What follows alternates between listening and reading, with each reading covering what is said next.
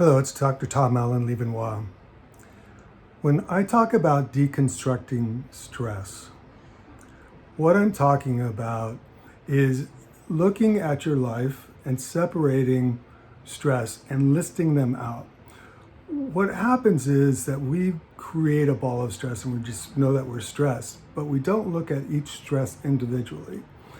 And what I want you to do is I want you to first take your personal stress and then take your organizational or work stress and make two different lists.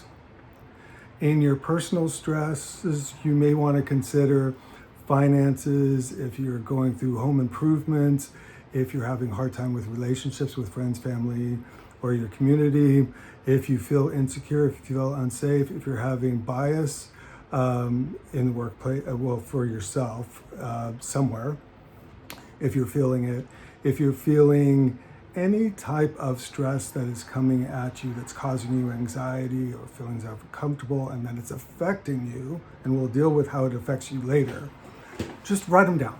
It doesn't even matter how big or little they are, just write it. I tend to tell people that try to keep with the significant ones if you, at first. If you write everything, it may be too overwhelming, especially if you're in a high state of stress right now. As for organizational stress, you'll want to think about your boss, you'll want to think about your team, you want to think about how you work with other departments, you'll want to think about the culture of the organization, whether they're making you work too much overtime, you want to talk about the environment of your industry.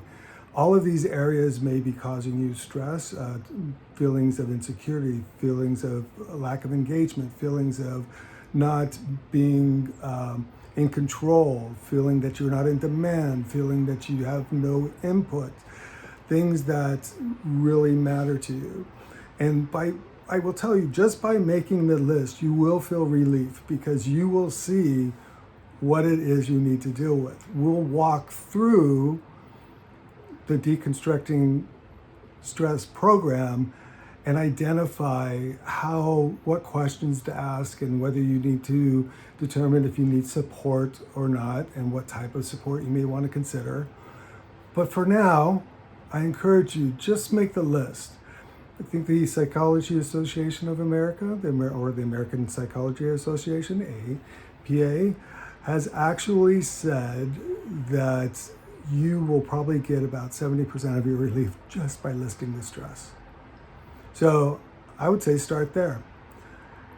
And for now, you have a great day and enjoy your exercise.